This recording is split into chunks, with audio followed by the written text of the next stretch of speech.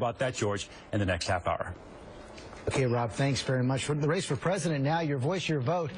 And new signs of trouble for Hillary Clinton's campaign. Bernie Sanders surging past her in New Hampshire, closing the gap in Iowa. All that spurring on some new moves in the Clinton camp. And ABC's John Carl tracking the race from Washington. Good morning, John. Good morning, George. Bernie Sanders is coming on strong. It is now clear that Hillary Clinton will have a much tougher battle for the Democratic nomination than virtually anybody expected.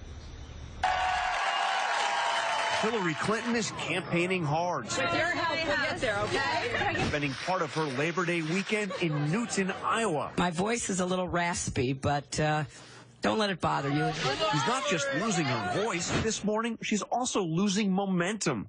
A new poll in New Hampshire shows Bernie Sanders, once thought to be the longest of long shots, with a commanding lead, 41%, with just 32% for Clinton. I think the secretary's people are getting very nervous. Sanders is also surging in Iowa, where he marked the Labor Day weekend by joining union members on a picket line in Cedar Rapids. And we're going to fight together for an economy that works for the middle class and working families of this country rather than just the people on top.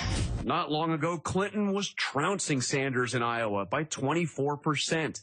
Now her lead in the Hawkeye state is down to just 11 points. With Clinton suddenly looking beatable, the big question now is, what will Joe Biden do? He's not even a candidate yet, but in that new New Hampshire poll, 20% of Democrats are already saying they'd vote for him. If he gets into the race, we'll have a lively debate.